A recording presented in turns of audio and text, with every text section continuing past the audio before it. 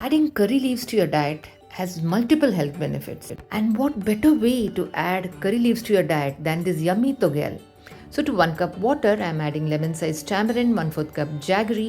Adding jaggery is optional. It does, however, balance the sour taste of tamarind. Bring it to a boil. Once it comes to a boil, add a little turmeric powder and a small pinch crystal hing. Crystal hing gives an awesome aroma, but in case you don't have crystalline, you can use 1/4 teaspoon asafoetida powder. Boil for about 8 minutes in total and switch off the flame. Now I've heated oil, sesame seed oil.